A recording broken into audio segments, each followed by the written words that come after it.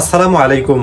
ভারত দ্রুত সময়ে বাংলাদেশের নির্বাচন দেখতে চায়। তারা কেন হঠাৎ করে বাংলাদেশের নির্বাচন নিয়ে উঠে পড়ে লেগেছে এবং বাংলাদেশে যারা বর্তমানে নির্বাচনের জন্য উঠে পড়ে লেগেছে তাদের ভিতরে কোনো যোগসাজশ আছে কিনা সেটাই আজকের ভিডিওতে আমরা একটু জানার চেষ্টা করব। তো সর্বপ্রথমে আমরা জেনে আসবো যে ভারত কেন বাংলাদেশে এত দ্রুত নির্বাচন দেখতে চায়, তাদের এত মাথা ব্যথাটা আসলে কেন বাংলাদেশ নিয়ে।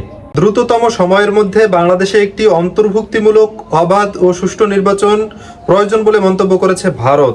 আজ বৃহস্পতিবার নয়াদিল্লিতে ভারতের পররাষ্ট্র মন্ত্রণালয়ের মুখপাত্র রণধীর জসওয়াল সাপ্তাহিক সংবাদ সম্মেলনে এই মন্তব্য করেছেন।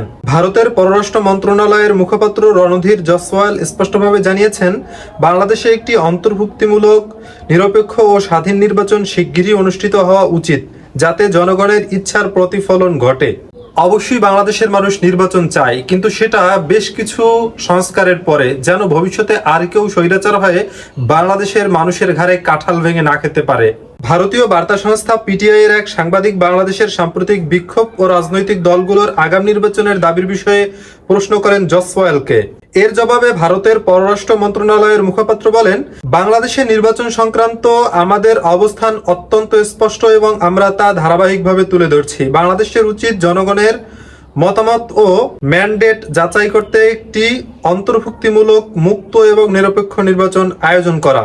প্রধান উপদেষ্টা ডক্টর মোহাম্মদ ইউনূস অভিযোগ করেছেন যে নয়াদিল্লি বাংলাদেশকে অস্থিতিশীল করার চেষ্টা করছে। এ নিয়ে ভারতের পররাষ্ট্র মন্ত্রণালয়ের এই মুখপাত্র বলেন, এই ধরনের বক্তব্য আসলে মনে হয় আপনি আপনার নিজস্ব চ্যালেঞ্জগুলো থেকে অন্যদিকে নজর সরাতে চান। এই সমস্যাগুলোর জন্য আমাদের দোষারোপ করেন। আপনাদের কি মনে হয়, ভারত কি ডক্টর ইউনূস এবং অন্তর্বর্তী সরকারকে নিয়ে কোনো ধরনের ষড়যন্ত্র করছে না? অবশ্যই আপনাদের মতামত কমেন্টে লিখে পাঠাবেন। পাশাপাশি আরো একটি বিষয় জানিয়ে দিবেন যে আপনারা আসলে কবে নাগাদ নির্বাচনটা চান। গত 21 মে বাংলাদেশ সেনাবাহিনী প্রধান জেনারেল ওয়াকারুজ্জামান সেনা কর্মকর্তাদের বলেন যে নির্বাচনের সর্বশেষ সময়সীমা ডিসেম্বর হওয়া উচিত।